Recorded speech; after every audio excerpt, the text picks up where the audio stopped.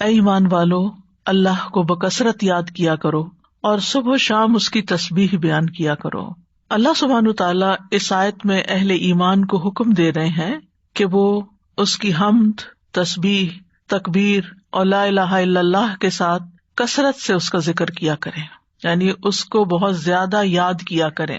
ابن عباس رضی اللہ عنہ کہتے ہیں کہ اللہ نے ہر فرض کی کوئی نہ کوئی حد مقرر فرمائی ہے، یعنی صبح کے 2 فرض ہیں، شام میں 3 فرض ہیں، تو ہر فرض کی ایک حد ہے۔ رمضان کے روزے فرض ہیں تو 1 مہینے کے فرض ہیں۔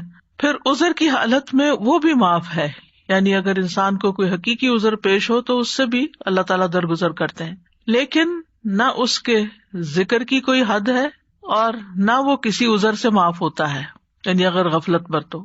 ہاں عقل یا ہوش نہ رہے تو اور بات ہے۔ اللہ تعالیٰ فرماتے ہیں سورۃ النساء میں فاذکروا اللہ قیاما وقعودا وعلی جنوبکم، اللہ کا ذکر کرو کھڑے، بیٹھے، لیٹے، یعنی ہر حال میں اللہ کو یاد کرتے رہو۔ یعنی ہم نے یہ خود ساختہ پابندیاں لگائی ہوئی ہیں کہ اس کیفیت میں ذکر نہیں کرنا، یا لیٹ کے نہیں کرنا، ضرور بیٹھو، یا قبلے کی طرف رخ کر کے بیٹھو، یا باوضو ہو کے بیٹھو پھر ہی ذکر کر سکتے ہو۔ نہیں، ایسا کچھ نہیں، ہر حال میں اللہ کا ذکر کر سکتے ہو۔ نبی صلی اللہ علیہ وسلم کے بارے میں آتا ہے کان یذکر اللہ فی کل احیانہ، کہ آپ اپنے ہر طرح کے حالات میں، ہر طرح کے اوقات میں اللہ کا ذکر کیا کرتے تھے۔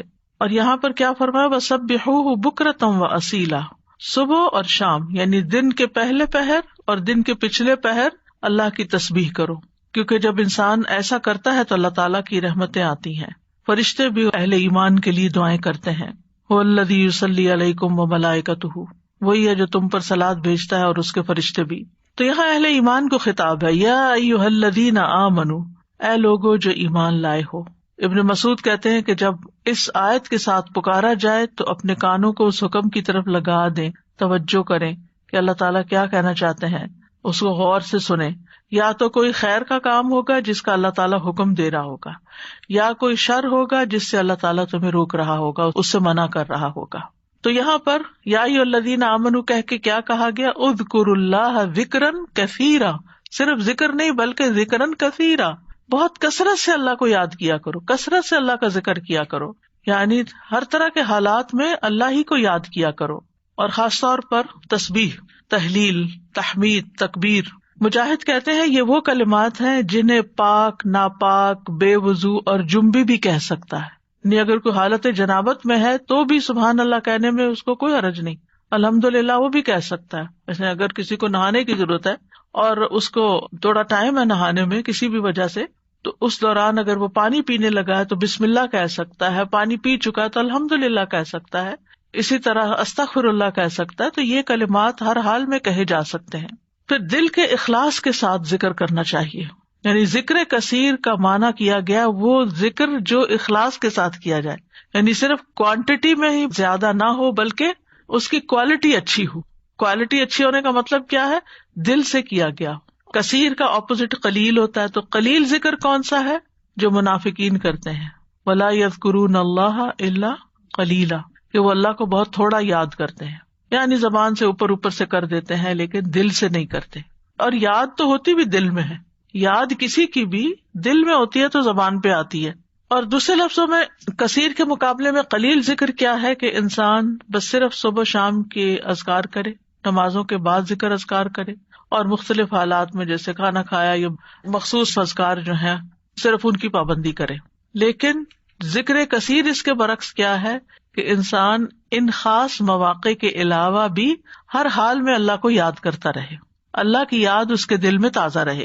اور یہ ایک ایسا عمل ہے، یعنی ایک ایسی عبادت ہے کہ اس پر عمل کرنے والا آرام کی حالت میں بھی، لیٹے ہوئے بھی، بیٹھے ہوئے بھی، چلتے پھرتے اللہ تعالیٰ کو یاد کر سکتا ہے۔ یعنی باقی کام کرنے کے لیے جیسے نماز ہے یا قرآن ہے تو اس کے لیے پھر آپ کو ایک ایفرٹ کرنی پڑتی ہے۔ خالی سبحان اللہ، الحمدللہ، اللہ اکبر پڑھنے میں تو آپ کو کوئی ایفرٹ بھی نہیں کرنی، صرف زبان ہلانی ہوتی ہے۔ اور انسان اگر اس چیز کا عادی ہو جائے اللہ کے ذکر کا تو پھر اس کی زبان بری باتوں سے بھی پاک رہتی ہے اور اس کی زبان سے اچھے الفاظ ہی نکلتے ہیں۔ اور یہ جو ہم نے اپنے اوپر ایک ڈسپلن کے لیے پابندی لگائی تھی کہ کم از کم 100 دفعہ استغفار دن میں کرنی ہے، کم از کم 100 دفعہ سبحان اللہ پڑھنا، ٹھیک ہے، لیکن اس کا یہ مطلب نہیں کہ 100 دفعہ گنتی پوری ہوگی تو اب اس کے بعد کوئی پابندی لگ گئی یا آگے بس دروازہ بند ہے اور اس سے آگے نہیں جا سکتے.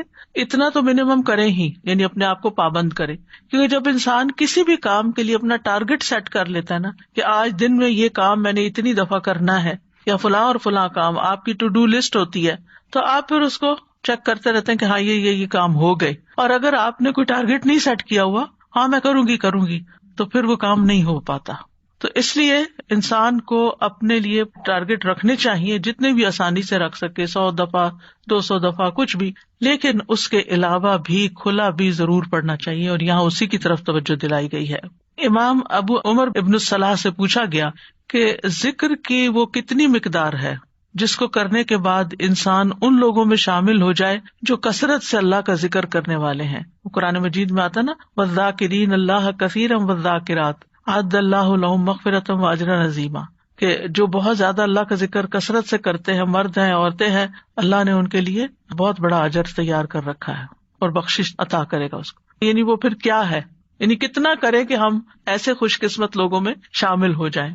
انہوں نے کہا کہ اگر وہ نبی صلی اللہ علیہ وسلم سے ثابت شدہ اذکار پر ہمیشگی کرتا ہے، ثابت شدہ یعنی جو پروون ہے، سنت میں موجود ہے، تو وہ ان لوگوں میں شمار ہوگا جو مرد اور عورتیں اللہ کا کثرت سے ذکر کرتے ہیں. وَسَبِّحُوهُ بُكْرَةً وَأَصِيلًا، اور اس کی تسبیح بیان کرو صبح اور شام. تسبیح کا مطلب ہے اللہ تعالیٰ کی ذات کو ان تمام صفات اور افعال سے پاک بیان کرنا جو اس کے لیے جائز نہیں، یعنی اللہ کو ہر عیب سے پاک بیان کرنا. آپ دیکھیے کہ شیطان جو ہے نا وہ انسان کا دشمن ہے، اور شیطان انسان کے دل میں اللہ تعالیٰ کے بارے میں کوئی نہ کوئی بدگمانی ڈال دیتا ہے، کوئی نہ کوئی ایسے خیالات ڈال دیتا ہے کہ جو انسان کی عقل نہیں بھی مانتی اور اس کو پسند نہیں بھی آتے، لیکن وہ خیال گزر جاتے ہیں، آتے ہیں اور چلے جاتے ہیں، جن کو وسوسے کہا جاتا ہے. اور اس کا شکار ہر انسان ہوتا ہے کسی نہ کسی درجے پر. سورۃ قاف میں اللہ تعالیٰ فرماتے ہیں وَنَعْلَمُ مَا تُوَسْوِسُ بِهِ نَفْسُهُ، اور ہم جانتے ہیں جو اس کا نفس اس کو وسوسے ڈالتا ہے. انسان کے اندر جو اندر سے اٹھتے ہیں یا شیطان کی ڈالی ہوئی نجاست ہوتی. اب اس کا توڑ کیا ہو؟ کیا اب انسان پریشان ہو کے بیٹھا رہے؟ کچھ لوگ بے حد پریشان رہتے ہیں کہ ہمیں وسوسے آتے ہیں. وسوسے ہر ایک کو آتے ہیں، لیکن ان کا پیچھا نہیں کرنا چاہیے اور ان کو جھٹک دینا چاہیے. جیسے آپ کہیں سے گزر رہے، آپ کے کپڑوں پہ گرد و غبار پڑ گیا تو آپ کیا کرتے ہیں؟ جھٹک دیتے ہیں. بس وسوسوں کو جھٹکتے چلے جائیں، ان کو ٹھہرنے نہ دیں. دوسرا یہ ہے کہ اللہ سبحانہ تعالیٰ کی تسبیح بیان کریں کہ اللہ تعالیٰ یہ جو برے خیالات آتے ہیں آپ ان سب سے پاک ہیں. تو تسبیح اس کا علاج ہے، تسبیح اس کا اینٹیڈوٹ ہے. اور پھر خاص طور پر بکرتم و اصیلا، پہلے پہر اور پچھلے پہر، دن کے ابتدائی حصے میں اور دن کے پچھلے حصے میں. بکرا کا لفظ جو ہے یعنی عام طور پر علماء اس کو سورج نکلنے تک کے وقت کو بکرا کہتے ہیں، اس کو یوں ڈیفائن کیا گیا. اور اصیلا جو ہے عصر اور مغرب کا درمیانی وقت ہے، یعنی قبل طلوع الشمس و قبل غروبها، سورج نکلنے سے پہلے اور سورج غروب ہونے سے پہلے کا وقت جو ہے یہ اذکار کا وقت ہے. اور سبحوہ میں بعض علماء نے سبحہ کا مطلب یہاں نماز فجر اور نماز عصر بھی لیا ہے. تو ذکر کے بعد تسبیح کو خاص طور پر الگ سے بیان کیا گیا. دیکھیں آیت کے پہلے حصے میں کیا ہے، اذکروا اللہ ذکرا کثیرا، کثرت سے ذکر کرو، تسبیح اس کے اندر شامل ہے، لیکن پھر اس کو الگ سے بیان کیا گیا وسبحوہ، یعنی تسبیح کرو، اس لیے کہ باقی اذکار پر اس کی فضیلت ہے، یعنی تسبیح کی خاص فضیلت ہے. یعنی کچھ ذکر ہوتے ہیں نا کہ جس میں انسان اللہ تعالیٰ کو یاد کرتا ہے، اللہ تعالیٰ کی بڑائی بیان کرتا ہے، اللہ تعالیٰ کی تعریف بیان کرتا ہے، وہ بھی بہت اچھی بات ہے. اور کچھ ذکر ایسے ہیں کہ جن میں انسان اللہ تعالیٰ کو ہر عیب سے پاک قرار دیتا ہے. تو تعریف مکمل ہی نہیں ہوتی، ذکر مکمل ہی نہیں ہوتا جب تک آپ تسبیح نہ کریں. تو تسبیح اس کا ایک لازمی حصہ ہے. اور پھر خاص طور پر اس لیے بھی کہ جیسے یعنی صبح شام وقت بھی بتا دیا گیا کہ تسبیح کا زیادہ اچھا وقت جو ہے یا مناسب وقت صبح اور شام ہے، کیونکہ یہ اوقات اپنے اندر ایک خاص فضیلت رکھتے ہیں. صبح کا وقت یہ برکت کا وقت ہے، اور والعصر، عصر کے وقت یہ اللہ نے قسم کھائی ہے. ادھر فجر کی والفجر ولیال عشر، اور ادھر عصر کی والعصر ان الانسان لفی خسر. وہاں پر انسان کو ایک دن مل رہا ہوتا ہے اور عصر کے وقت دن ہاتھ سے جا رہا ہوتا ہے، انسان خسارے میں پڑ رہا ہوتا ہے، لوز کر رہا ہوتا ہے، ایک چیز ہاتھ سے چھٹ رہی ہوتی ہے. تو جس وقت کوئی نعمت مل رہی ہے اس وقت بھی اللہ کو یاد کرو، اور جس وقت کوئی نعمت جا رہی ہے اس وقت بھی خاص طور پر اللہ کو یاد کرو. ان اوقات میں اگر انسان اللہ تعالیٰ کو یاد کرتا ہے تو پھر ڈپریشن کا شکار نہیں ہوتا. یہ ذکر اس کے دل کو اسٹرینتھن کرتا ہے، اس کو قوت عطا کرتا ہے. اور یہ دو اوقات جو ہوتے ہیں ان میں ذکر تھوڑا سا مشکل بھی ہوتا ہے، کیونکہ آپ دیکھیں کہ فجر کی نماز پڑھنے کے بعد جو نیند کا آپ کے اوپر، خاص طور پہ راتیں آج کل بہت چھوٹی ہیں، تو اس وقت اپنے آپ کو روک کر رکھنا اور بٹھا کر، خاص طور پر اگر آپ کو اشراق پڑھنے کی عادت ہے تو وہ سارا وقت یعنی آپ اسٹرگل کر رہے ہوتے ہیں کہ سوتے جاگتے گزار رہے ہوتے ہیں کہ آپ سوئے نہیں اس وقت، کیونکہ بہت زیادہ برکت کا وقت ہے. یعنی کوئی معمولی اجر ہے کہ پورے حج اور عمرے کا ثواب اگر انسان فجر کی نماز پڑھ کے اپنی جگہ پہ بیٹھا رہے اور ذکر اذکار کرتا رہے اور پھر سورج نکلے اور پھر 2 رکعت پڑھ لے تو اتنا زیادہ اجر و ثواب. تو یہ اجر و ثواب ایسے مفت میں نہیں ملتا. اللہ تعالیٰ کو پتا تھا کہ یہ وقت بندوں پہ کتنا بھاری ہوگا. اور اسی طرح عصر کا وقت کام کاج کا وقت ہوتا ہے، دن جا رہا ہوتا ہے، انسان اپنے کام سمیٹ رہا ہوتا ہے، جیسے خاص طور پر جو لوگ جابس پر ہوتے ہیں یا بزنس میں ہوتے ہیں تو وہ آفٹر نون میں یعنی پھر تھکان کا شکار ہو جاتے ہیں سارا دن کام کرنے کے بعد. تو کچھ لوگ اس وقت آرام کرنے لگتے ہیں، تو وہ وقت بھی بڑا قیمتی وقت ہے. لیکن یاد رکھیے کہ ان افضل اوقات کے علاوہ سارا دن بھی اور کسی بھی وقت ذکر کرنا باعث فضیلت ہے. اور اللہ تعالیٰ نے تو ہمیں پیدا ہی اپنی عبادت کے لیے کیا ہے، تو عبادت کی کچھ خاص شکلیں ہیں اور کچھ خاص طریقے ہیں اور کچھ عمومی چیزیں ہیں جو انسان کا ہر وقت عبادت میں شامل کر سکتی ہیں. وما خلقت الجن والانس الا لیعبدون. امام نووی کہتے ہیں کہ اس آیت سے پتہ چلا کہ بندے کی افضل حالت وہ ہے جب وہ اپنے رب کا ذکر کر رہا ہوتا ہے اور وہ ان اذکار میں مصروف ہوتا ہے جو رسول اللہ صلی اللہ علیہ وسلم سے وارد ہوئے، یعنی جو آپ نے بتائے ہیں یا آپ نے کیے ہیں. اور اس طرح انسان اپنی زندگی کا مقصد پورا کر رہا ہوتا ہے. اس کے علاوہ ہم دیکھتے ہیں کہ تمام مخلوقات اللہ کا ذکر کرتی ہیں. تسبح لہ السماوات السبع، 7 آسمان اللہ کی تسبیح بیان کرتے ہیں. کبھی ہمیں خیال نہیں آیا آسمان کی طرف دیکھتے ہوئے کہ یہ تسبیح کر رہا ہے، اور یہ نہیں 7 کے 7 کر رہے ہیں. والارض، یہ زمین جس پہ ہم چلتے ہیں، جس پہ ہم چیزیں اگاتے ہیں اور جس پہ گھر بناتے ہیں، یہ زمین بھی اللہ کی تسبیح بیان کرتی ہے. ومن فیہن، اور جو مخلوق ان کے اندر ہے، آسمان و زمین کے بیچ میں یا زمین کے اندر، چھوٹے چھوٹے کیڑے مکوڑے، ہر چیز، بڑے بڑے آبجیکٹس سبھی تسبیح کرتے، چرند پرند حیوان انسان. پھر فرمایا وَإِن مِّن شَيْءٍ إِلَّا يُسَبِّحُ بِحَمْدِهِ، اور کوئی چیز نہیں مگر وہ اس کی حمد کے ساتھ اس کی تسبیح کرتی ہے. وَلَٰكِن لَّا تَفْقَهُونَ تَسْبِيحَهُمْ، لیکن تم ان کی تسبیح کو سمجھتے نہیں ہو، یعنی ان کی اپنی زبانیں، ان کی اپنی بولیاں ہیں. إِنَّهُ كَانَ حَلِيمًا غَفُورًا، بے شک وہ ہمیشہ سے بے حد بردبار، نہایت بخشنے والا ہے. داؤد علیہ السلام کے بارے میں ہم جانتے ہیں کہ ان کے ساتھ پرندے اور پہاڑ تسبیح کیا کرتے تھے. وَسَخَّرْنَا مَعَ دَاوُودَ الْجِبَالَ يُسَبِّحْنَ وَالطَّيْرَ، ہم نے داؤد کے ساتھ پہاڑوں کو مسخر کیا جو تسبیح کرتے تھے. فرشتے تسبیح کرتے ہیں. وَالْمَلَائِكَةُ يُسَبِّحُونَ بِحَمْدِ رَبِّهِمْ وَيَسْتَغْفِرُونَ لِمَنْ فِي الْأَرْضِ، فرشتے اپنے رب کی حمد کے ساتھ تسبیح کرتے ہیں اور زمین والوں کے لیے بخشش کی دعائیں کرتے ہیں. حاملین عرش جو ہیں وہ خاص طور پر اللہ کا ذکر کرتے ہیں.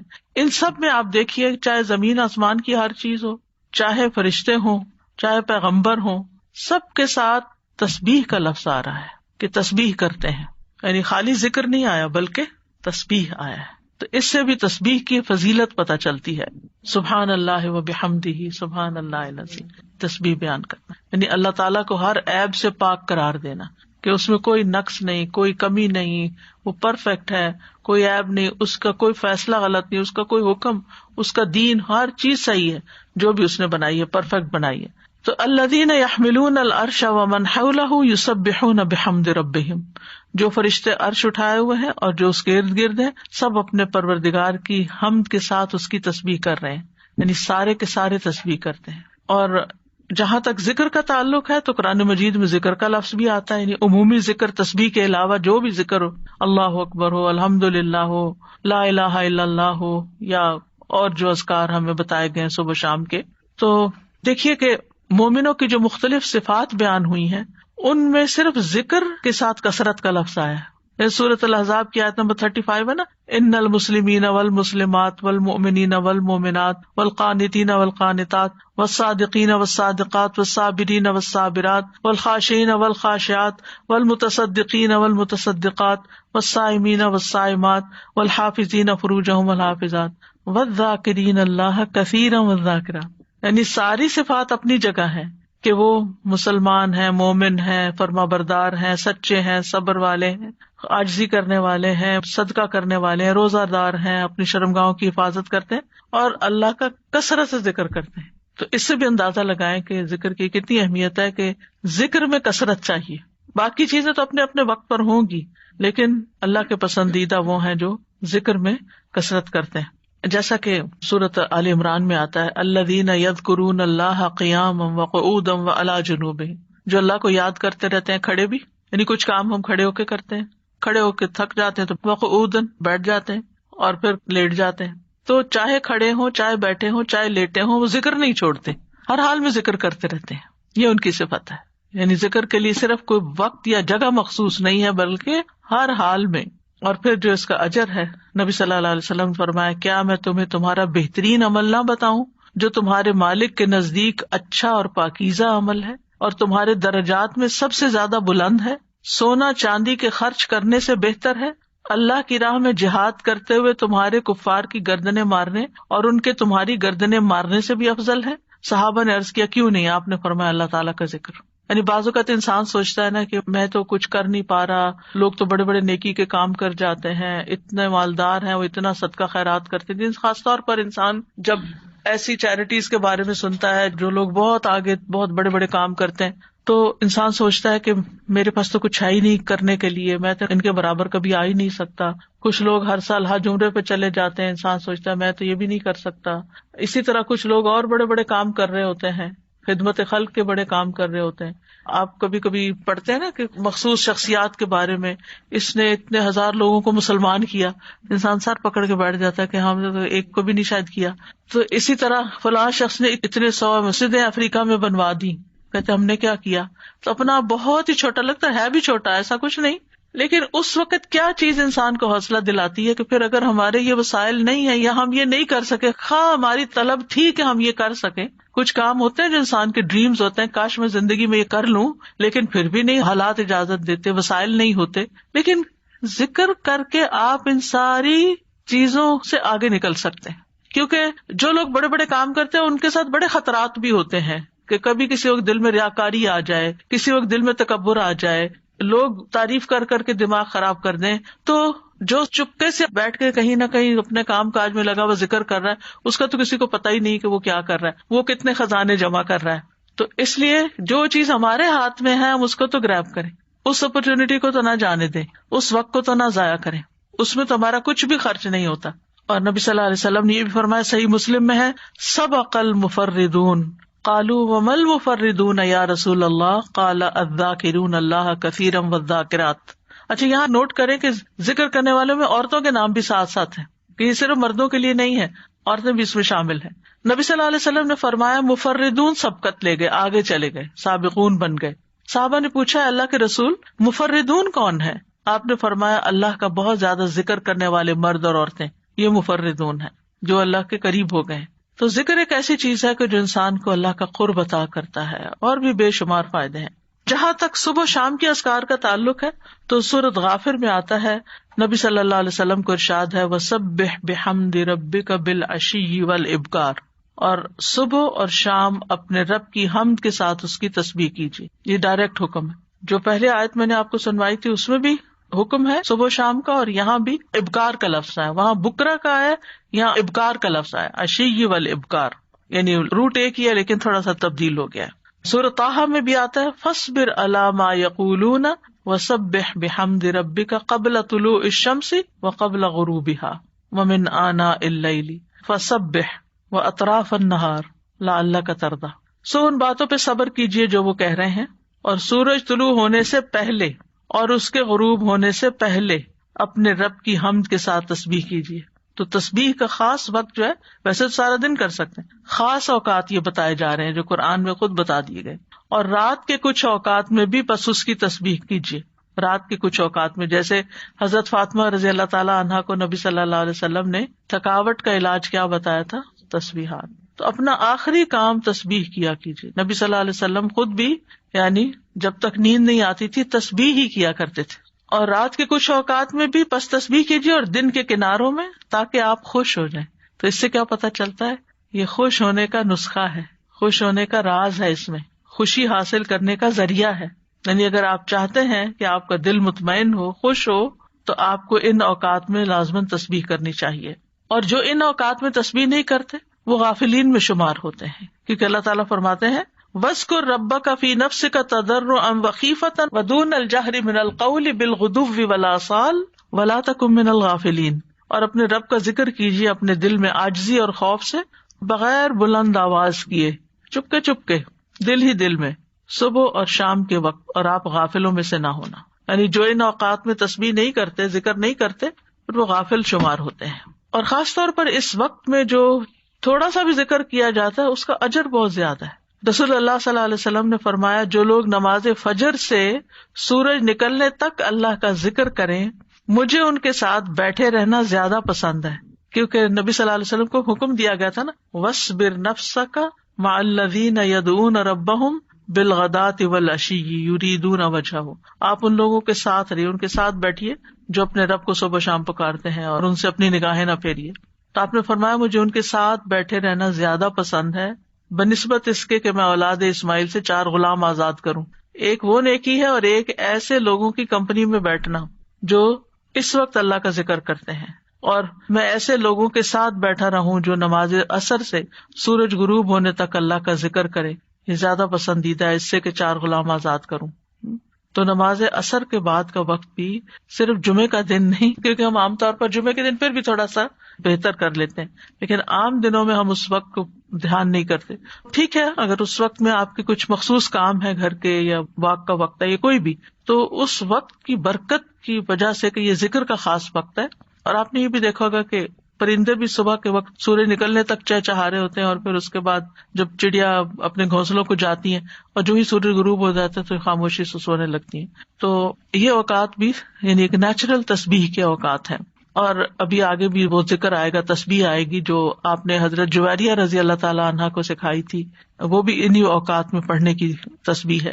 اور صبح کے وقت ذکر کرنے سے شیطان کی گرہیں کھل جاتی ہیں انسان سے. جب انسان صبح کے وقت اٹھتا ہے اور پھر وضو کرتا ہے، نماز پڑھ لیتا ہے، ذکر کر لیتا ہے، تو حشاش بشاش خوش مزاج ہوتا ہے، ورنہ سستی ہوتی ہے اس کو. پھر اسی طرح یہ ہے، رسول اللہ صلی اللہ علیہ وسلم نے فرمایا بنی آدم کے ہر انسان کو 360 جوڑوں پر پیدا کیا گیا ہے، اس کے جسم میں 360 جوڑ لگے ہوئے ہیں. پس جو شخص اللہ اکبر، الحمدللہ، لا الہ الا اللہ، سبحان اللہ، استغفر اللہ کہے، لوگوں کے راستے سے پتھر یا کانٹا یا ہڈی ہٹا دے، یا نیکی کا حکم دے یا برائی سے روکے، تو یہ اس کے 360 جوڑوں کے شمار کے برابر ہے. اور وہ اس دن جب شام کرے گا تو اپنے نفس کو جہنم کی آگ سے دور کر لے گا. یعنی جو اپنے جوڑوں کا صدقہ روزانہ نکال لیتا ہے، اور یہاں مالی صدقے کے بارے میں بات نہیں ہو رہی، یہاں اذکار کی بات ہو رہی ہے خاص طور پر، یا کچھ کام ہے جس سے دوسروں کی تکلیف ہٹانا مقصود ہے، تو انسان اپنے آپ کو جہنم کی آگ سے آزاد کر لیتا ہے. ابن عثیمین کہتے ہیں کہ صبح و شام کی اذکار اپنے پڑھنے والوں کے لیے اس قدر وسیع، عظیم فوائد اور برکات پر مشتمل ہے کہ ان کا احاطہ نہیں کیا جا سکتا، ان کو بیان نہیں کیا جا سکتا. ان میں سے کچھ فائدے جیسے دل اور روح کی غذا ہیں ان اوقات کے اذکار. انسان کے دل کو سکینت ایک نصیب ہوتی ہے، ٹھہر جاتا ہے دل، ایک راحت محسوس ہوتی ہے، ایک مسرت محسوس ہوتی ہے. پھر اسی طرح دنیا اور آخرت میں امن اور سلامتی کا ذریعہ ہے، دنیا اور آخرت میں سلامتی کا ذریعہ ہے، کیونکہ پروٹیکشن کی دعائیں ہیں، اس میں حفاظت کی دعائیں ہیں. پھر خیر و برکات کے دروازے کھولنے کا سبب ہے. پھر چوتھی چیز ہے اجر و ثواب کے حصول کا ذریعہ ہے، یعنی بہت زیادہ اجر و ثواب ہے ان اوقات میں اذکار کا. پھر پانچویں چیز ہے شر کے واقع ہونے سے پہلے، یعنی کسی تکلیف کے آنے سے پہلے اور واقع ہونے کے بعد اسے ہٹانے کا ذریعہ ہے. ویسے بھی نبی صلی اللہ علیہ وسلم نے فرمایا نا، دعا اس مصیبت میں بھی فائدہ دیتی ہے جو واقع ہو چکی ہے، اور اس میں بھی فائدہ دیتی ہے جو ابھی واقع نہیں ہوئی، جو ابھی مصیبت نہیں آئی. اے اللہ کے بندو دعا کو لازم کر لو. تو یہ صبح شام کی دعائیں ہی ہیں ایک طرح سے ان میں زیادہ تر. پھر ان اذکار میں انسان اللہ کی نعمتوں اور مہربانیوں کا اعتراف کرتا ہے، یعنی صبح شام کے اذکار جو ہے یہ اللہ کی پے در پے نعمتوں کا اعتراف ہے. جیسے سید الاستغفار میں کہتا ہے نا، ابو لک بنعمتک علیہ، کہ اللہ جو تیری نعمتیں مجھ پر ہیں میں ان کا اقرار کرتا ہوں، ایکنالج کرتا ہوں. اللہ تعالیٰ کی مہربانیوں اور اس کے احسان پر اس کا شکر ادا کرنا ہے. پھر ساتویں چیز یہ ہے کہ رب کے سامنے فقر اور عاجزی کا اظہار ہے کہ میں تو اس سے بے نیاز نہیں ہوں، تیری ہی پروٹیکشن چاہتا ہوں، تیری طرف رجوع کرتا ہوں. پھر 8ویں چیز یہ کہ بندے کی اصلاح کے اسباب میں سے ہے، اور خاص طور پر دل کی اصلاح. اور دل کی اصلاح ہو نہیں سکتی جب تک دل میں اللہ کی محبت یا اللہ کے لیے محبت اور اللہ کی تعظیم اور اللہ کی بڑائی اور اللہ تعالیٰ کے پاورفل ہونے اور اس کے سارے جو اسماء و صفات ہیں ان پر یقین نہ ہو. اس وقت تک اللہ کی بڑائی دل میں نہیں آتی. ابن باز کہتے ہیں کہ جو شخص صبح شام کے اذکار پر حفاظت کرے، سچائی، ایمان اور اللہ پر بھروسہ اور اعتماد کرتے ہوئے یہ اذکار کرے، اور یہ دعائیں جن معنی پر دلالت کرتی ہوں ان کے لیے انسان کا سینہ کھلا ہوا ہو، تو یہ اسے جادو اور دیگر مصیبتوں کے واقع ہونے سے پہلے ان کے شر سے بچانے کا سب سے بڑا سبب ہے، اور تکلیف واقع ہو جائے تو ان کو ہٹانے کا بھی سب سے بڑا سبب ہے. یعنی ان کو چھوڑنا نہیں چاہیے، لیکن بعض اوقات کوئی تقدیر نافذ ہونی ہوتی ہے تو انسان بھول ہی جاتا ہے یا سویا ہی رہ جاتا ہے یا کوئی بھی وجہ بن جاتی ہے اور انسان غافل ہو جاتا ہے اور اتنے میں وہ واقع ہو جاتی. ابن قیم کہتے ہیں کہ دعائیں اور تعوذات ہتھیار کی طرح ہیں.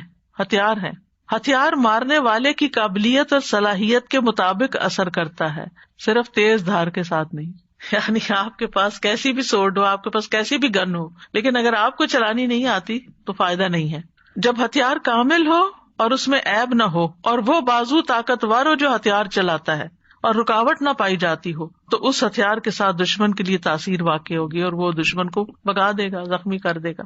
اگر ان چیزوں میں سے کسی میں کوئی کمی ہو جائے تو تاثیر بھی کم ہو جائے گی. کون کون سی چیزیں؟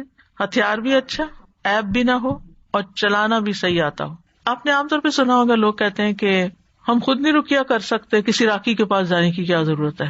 ہم بھی کر سکتے ہیں، وہی ضرور کرو، کسی نے منع تو نہیں کیا.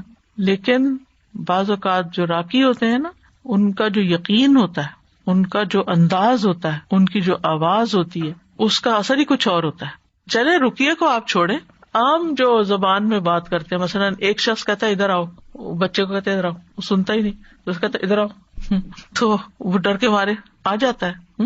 کہنے والے کے کہنے میں بڑا فرق بھی ہوتا ہے اور اس کا اثر بھی فرق ہوتا ہے. کچھ لوگوں کی بات لوگ آسانی سے مان جاتے ہیں اور کچھ کی تو بالکل نہیں مانتے.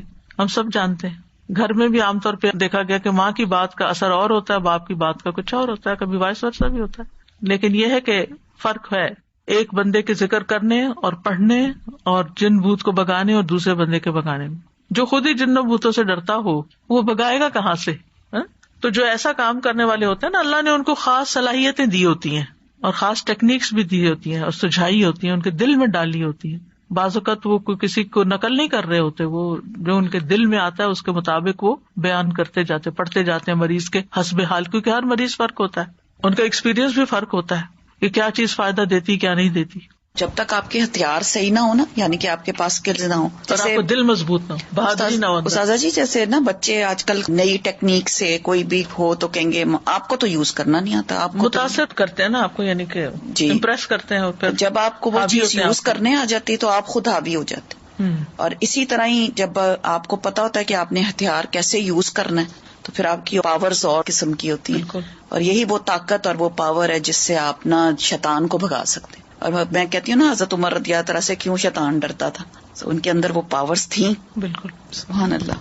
کبھی کبھی ایسا ہوتا ہے نا کہ آپ بالکل گھر میں اکیلے ہوتے ہیں، اندھیرا یا کوئی ایسی چیز ہوتی ہے تو انسان کے دل میں ایک دم خیال آتا ہے کہ یہاں کوئی ایسی چیز نہ ہو، تو آپ یوں کہہ کر اور آنکھیں کھول لیا کریں، اچھا کیا ہے، اگر کوئی ہوگی تو کیا ہوگا. سر جی آپ نے ایک دفعہ بتایا تھا نا کہ ذرا سی تھوڑی آواز کے ساتھ ڈانٹا جائے تو پھر ڈر خود نکل جاتا ہے. تو 2-3 دفعہ اس طرح سے ہوا تو الحمدللہ ذرا سی آواز زور کر کے کہ ہمارا گھر ہے، ہم رہتے ہیں، جو بھی مخلوق ہے وہ تنگ نہ کرے، مطلب اپنے آپ کو زیادہ باروب بنا کے اور ڈر نکال کے ان کو ڈرانا چاہیے. بالکل. تو الحمدللہ اس سے فرق پڑتا ہے. وہ متین ہاشمی صاحب ہوتے تھے کراچی میں، شاید آپ کے ہوتے ہوئے وہ لیکچر دینے آئے ہوں گے. انہوں نے ایسی بہت سی ٹیکنیکس بتائی تھی. وہ جنات کا علاج کرتے تھے اور ان کی آواز بھی اتنی ٹھہری ہوئی تھی، کوئی غصہ بھی نہیں کرتے تھے، کچھ نہیں.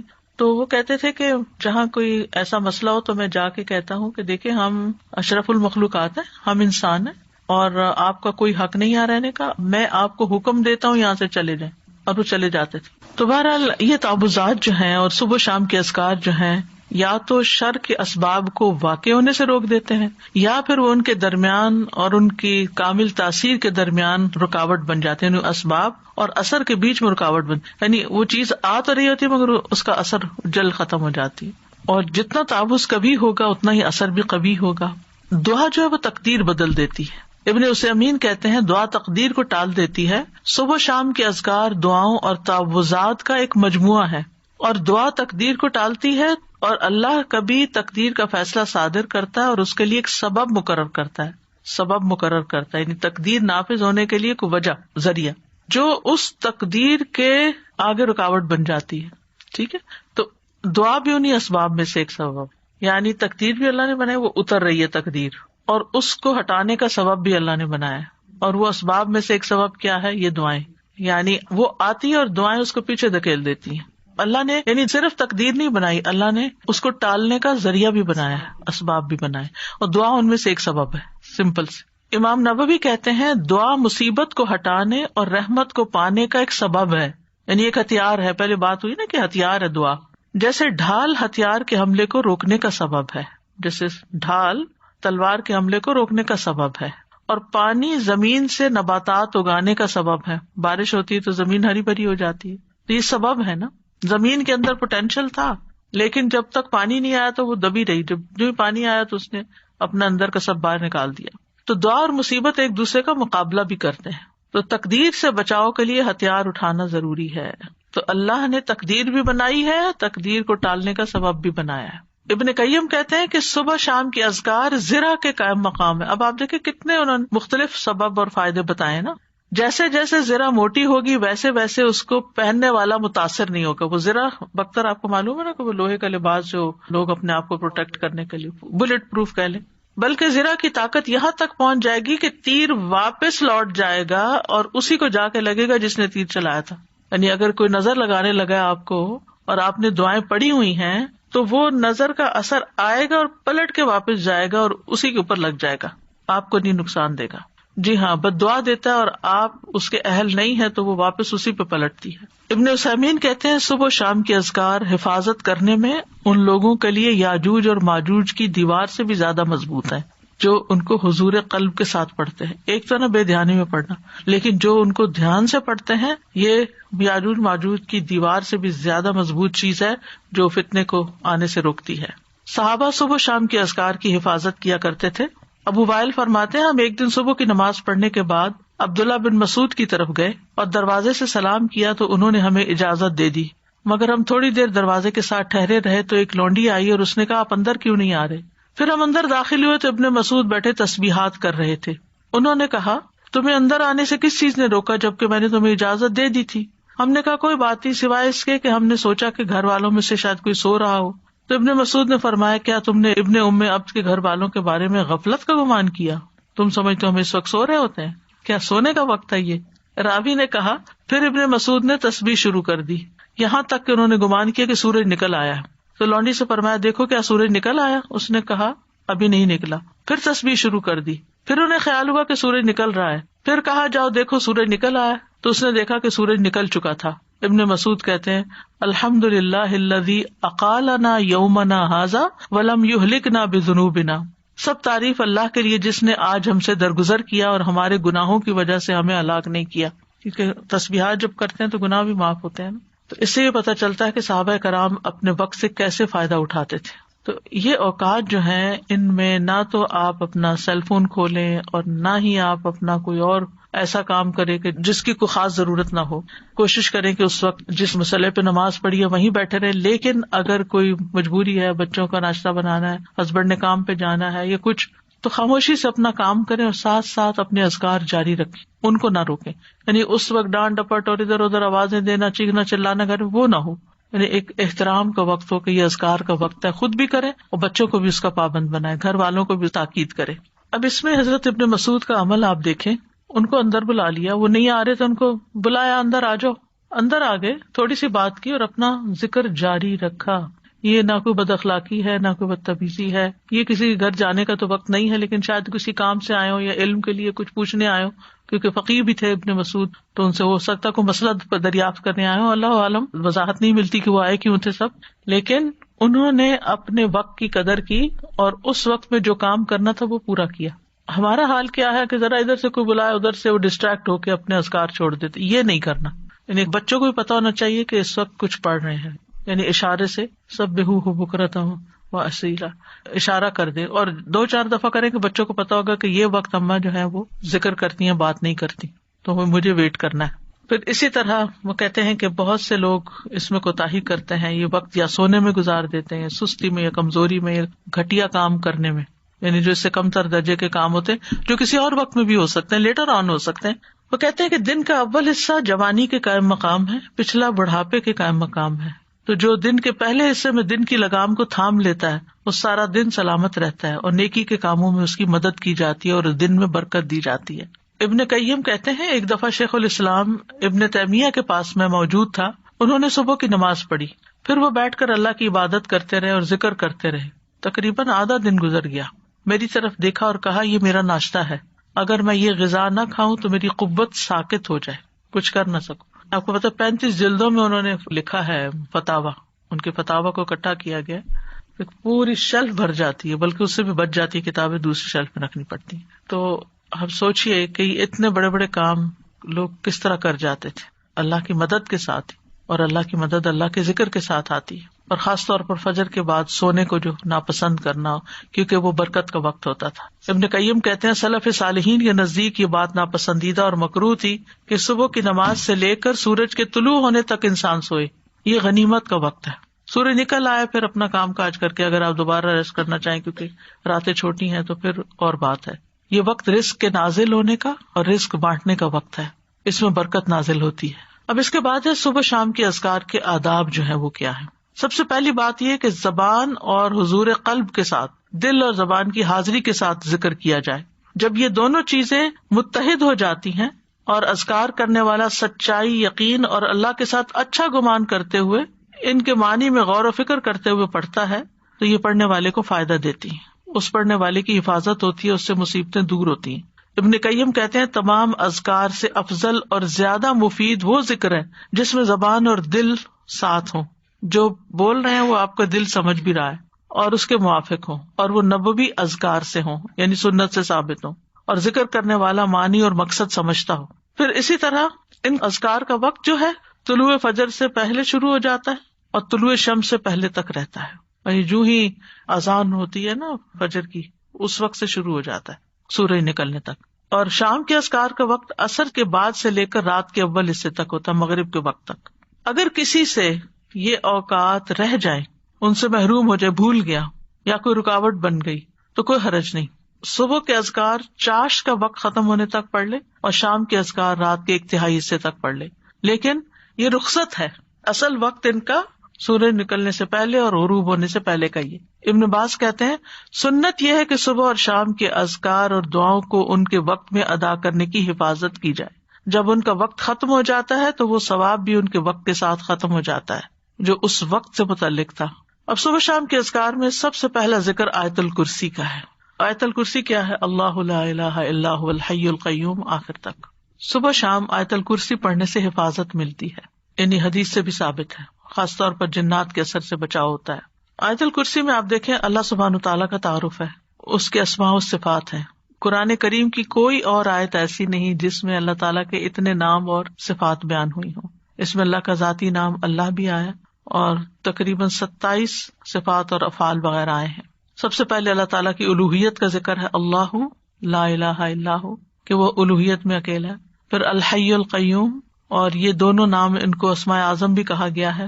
حی زندہ ہے، یعنی اس کو کبھی موت نہیں آئی، کمال صفات میں سے، اور قیوم قائم رکھنے والا کمال افعال میں سے۔ بعض لوگ یہ سوال کرتے ہیں نا کہ اللہ تعالیٰ کو کس نے پیدا کیا ہے، تو اللہ سبحانہ تعالیٰ کی کوئی بگننگ نہیں ہے جیسے ہماری بگننگ ہے اور ہمارا ایک اینڈ ہے، نہیں، اللہ کی ایسے نہیں۔ اس میں آپ دیکھیے کہ ٹائم کا کریٹر اللہ ہے، تو جب ٹائم ہی نہیں تھا تب بھی اللہ ہے۔ یہ مہینے اور سال کس نے بنائے، اور ان کی نشاندہی کس سے ہوتی؟ سورج سے۔ تو ایک وقت تھا کہ سورج نہیں تھا، دن اور رات نہیں تھے، مہینے اور سال نہیں تھے، اللہ تعالیٰ اس وقت بھی موجود تھا۔ هو الاول، وہی اول ہے، والآخر والظاہر والباطن۔ تو اس لیے اللہ سبحانہ تعالیٰ کو پہچاننا ضروری ہے، اس کو جاننا ضروری ہے، اور اس پہچان اور جان کے ساتھ اگر آپ پھر ذکر کرتے ہیں تو اس کا اثر ہی کچھ اور ہوتا ہے۔ آیت الکرسی بہت پاورفل آیت ہے، اس کے پاور کی وجہ کیا ہے؟ اس میں اللہ تعالیٰ کے نام اور صفات بیان ہوئے ہیں۔ لا تأخذہ سنۃ ولا نوم، نہ اس کو نیند آتی ہے نہ اونگ آتی ہے، ہلکی نیند بھی نہیں آتی، گہری نیند آتی ہی نہیں ہے۔ پھر ہر چیز کا مالک ہے، لہو ما فی السماوات و ما فی الارض، ہر چیز اسی کی ہے، ہر چیز اسی کے کنٹرول میں ہے۔ من ذا الذی یشفع عندہ الا باذنہ، کوئی اس کے ہاں سفارش بھی نہیں کر سکتا، اس کی جرات بھی نہیں کر سکتا مگر جس کو وہ خود اجازت دے. یعنی پورا پورا کنٹرول، اقتدار سب اسی کا ہے. یعلم ما بین ایدیہم وما خلفہم. اس میں اللہ تعالیٰ کے وسیع علم کی خبر دی گئی ہے کہ اللہ تعالیٰ بندوں کا ماضی مستقبل ہر چیز جانتا ہے. بندے اپنے بارے میں سب کچھ نہیں جانتے، اور جو جانتے ہیں وہ بھی ان کو یاد نہیں ہوتا. پچھلے دنوں کسی نے ایک نوٹ بھیجا، اس میں لکھا کہ جب آپ یونیورسٹی میں پڑھاتی تھی تو اس وقت الہدانی بنا تھا، تو میں ایک دن آپ کی کلاس اٹینڈ کرنے کے لیے گئی، تو آپ نے سنن نبی داؤد میں سے فلاں چیپٹر پڑھایا اور آپ سے اسٹوڈنٹ نے یہ سوال کیا اور آپ پیپر دے کے ان کے اوپر ڈسکس کریں.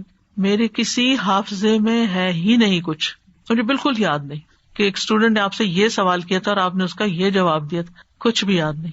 ہمارا اپنے بارے میں یہ حال ہے کہ ہم اپنے آپ کو نہیں جانتے. ہم جو کچھ کر چکے ہم نہیں جانتے کہ ہم نے زندگی میں کیا کچھ کیا، تو ہم کسی اور کے بارے میں تو کیا جانیں گے. لیکن اللہ سب کچھ جانتا ہے. یعلم ما بین ایدیہم، جو فیوچر میں ان کے آگے آ رہا ہے، وما خلفہم، جو پیچھے گزر چکا ہے، سب پتا ہے اس کو. یہ اس کے وسیع علم کی ایک جھلک ہے.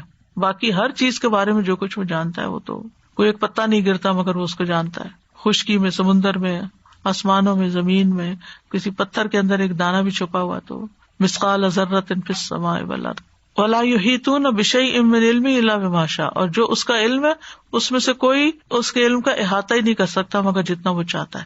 یعنی اس کے علم کا بہت تھوڑا حصہ انسانوں کو ملا. جیسے خضر اور موسیٰ علیہ السلام کے واقعے میں آتا ہے نا کہ وہ جب کشتی میں بیٹھے تو ایک چڑیا نے پانی کی چونچ میں لیا تھا کہ بندوں کا علم اللہ کے علم کے مقابلے میں ایسا ہی جیسے چڑیا کی چونچ میں پانی اس سمندر کے مقابلے میں. وہ ساری مخلوق کا علم اتنا سا ہے، بس اس پر تو پھر ہم بھروسہ کرتے ہیں، اس علم کے اوپر ہم فخر کرتے ہیں. اور جو اللہ کا علم ہے اس کی طرف کبھی توجہ ہی نہیں کی. وسع کرسیہ السماوات والارض. اللہ کی عظمت کے ساتھ ساتھ اس کی مخلوقات کی عظمت کو بیان کیا گیا. یہاں کرسی جو اللہ کی مخلوقات میں سے ایک مخلوق ہے، وہ آسمان و زمین پہ چھائی ہوئی ہے، ہر چیز کو انکمپس کیے ہوئے. پھر جو اس کا بنانے والا ہے اس کی عظمت کیا ہوگی. اور کرسی جو ہے وہ رب تعالیٰ کے دونوں قدموں کی جگہ ہے. استاذ جی مجھے خیال آ رہا تھا کہ اللہ سبحانہ تعالیٰ کے بارے میں، اللہ سبحانہ تعالیٰ کے بھیجے ہوئے علم سے استفادہ کرنا یہ کتنی زیادہ ایک آنرڈ چیز ہے. تو ہم خود بھی اس آنر کو آنر نہیں کرتے، کیونکہ آپ دیکھیں کہ کوئی سمر سے یا کوئی پچھلے سال سے آپ کسی سے ملتے نا، کہتے ہیں اچھا ہم یہ فلاں یونیورسٹی کا یا آن لائن کورس کیا یا ہم نے یہ کیا یا ہم یہ کیا. آپ کیا کریں؟ نہیں، ہم تو بس لسنر بن کے یہاں کلاس اٹینڈ کر رہے ہوتے.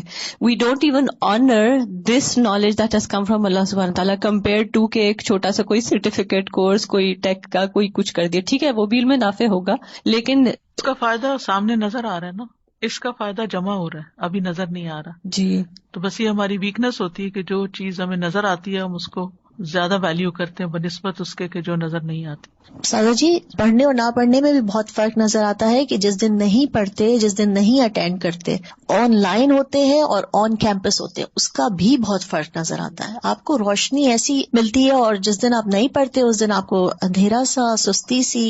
And there are so many things I can tell. سورج نکلنے والا دن اور بادلوں والا دن ہوتا ہے، بالکل ایسا ہوتے تو دونوں دن ہیں. ولا یؤودہ حفظہما، اور ان دونوں کی حفاظت اللہ تعالیٰ کو تھکاتی نہیں، بوجھل نہیں کرتی. یعنی آسمانوں اور زمین کی حفاظت اور ان کے اندر جو کچھ ہے وہ اللہ سبحانہ وتعالیٰ کے کامل کنٹرول اور اقتدار میں ہے، اور وہ ان میں سے ہر چیز کی ٹیک کیئر کرتا ہے. دیکھیں ہم اپنی کیپیسٹی میں سب بات سمجھنے کے لیے ایک چھوٹا سا بھی کام ہمارے ذمہ ہوتا ہے نا، گھر کا ایک چھوٹا سا کام، تو وہ بھی کر کے تھک جاتے ہیں. کون سا کام ایسا ہے جسے آپ کر کے تھکے نہ ہو نا؟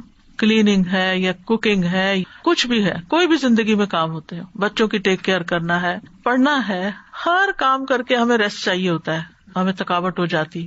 یہاں اللہ تعالیٰ فرماتا ہے ولا یؤودہ حفظہما، آسمان ہو، زمینیں ہو، جو بھی ہو، ان کی حفاظت، ان کے اندر کیا سسٹم چل رہے ہیں، کیا کرنا ہے، کیسے کرنا ہے، یہ چیزیں اس کو تھکاتی نہیں، بوجھل بھی نہیں کرتی. چلے بعض اوقات ہمیں فزیکل تھکاوٹ نہیں ہوتی، یعنی جسمانی تھکاوٹ نہیں ہوتی، لیکن ہم مینٹلی تھک جاتے ہیں، یعنی اکتاہٹ شروع ہو جاتی ہے ہمیں. ایک کام اگر روز کرنا شروع کر دیں تو ہم بور ہو جاتے ہیں. چند سال کوئی کام کر لیں تو اس سے بھی ہم تھک جاتے ہیں، چاہے کتنا ہی اچھا کام ہو. اللہ سبحانہ و تعالیٰ کو یعنی یعودو کا لفظ صرف تھکاوٹ کے لیے نہیں آتا، بوجھل پن کے لیے بھی آتا ہے. یکسانگی یا اکتاہٹ یا کچھ وہ بھی لاحق نہیں ہوتی. یہ معمولی بات نہیں ہے، بہت بڑی بات، بہت بڑی بات. قرآن مجید میں آتا ہے کہ اللہ تعالیٰ ہی آسمان اور زمین کو تھامے ہوئے ہے کہ اپنی جگہ سے ٹل نہ جائیں. اگر وہ دونوں ٹل جائیں تو ان کے بعد کوئی بھی ان کو تھام نہ سکے گا. یعنی صرف اس نے بنا کے چھوڑ نہیں دیا. اب یہ آسمان جو بغیر ستونوں کے ہے، کسی نے تھاما ہوا تو ہمارے اوپر ہے نا، ورنہ تو نیچے آ پڑے. وَهُوَ الْعَلِيُّ الْعَظِيمُ، اور وہ بہت بلند، یعنی مطلق بلندی ہے اس کی، اور عظیم بہت عظمت والا ہے. کوئی مخلوق میں اس کے مشابہ نہیں، کسی کی وہ بڑائی نہیں. لیکن افسوس یہ کہ ہم مخلوق کو پھر بڑا سمجھتے ہیں اور اس کی بڑائی محسوس نہیں کرتے کہ وہ بڑا ہے. جس دن یہ یقین آ گیا نا کہ وہ بڑا ہے، تو پھر لوگوں کی ناراضگی، لوگوں کی پسند ناپسند کا خوف، یہ ساری چیزیں نکل جائیں گی. پھر اللہ کے حکم پر عمل کرنا بھی آسان ہوگا کہ اللہ بڑا ہے نا، اللہ میرے شوہر سے بھی بڑا ہے، اللہ میرے بہن بھائیوں سے بھی بڑا ہے، اللہ اس سوسائٹی سے بھی بڑا ہے، اللہ سارے فلاسفر سے اور سارے قانون دانوں سے اور سارے سائنٹسٹ سب سے بڑا ہے، تو اس کا حکم بھی سب سے بڑا ہے میرے لیے. پھر آپ کو کوئی بھی اس کا حکم ماننے میں مشکل لگے گی نہیں. تو بہرحال آج اتنا ہی کرتے ہیں انشاءاللہ تعالی. ابھی بہت سی دعائیں اور بھی ہیں صبح شام کے اذکار میں سے، پھر کل انشاءاللہ اس کے اوپر بات کریں گے. وآخر دعوانا ان الحمدللہ رب العالمین. سبحانک اللہم وبحمدک، اشہد ان لا الہ الا انت، استغفرک واتوب الیک. السلام علیکم ورحمۃ اللہ وبرکاتہ.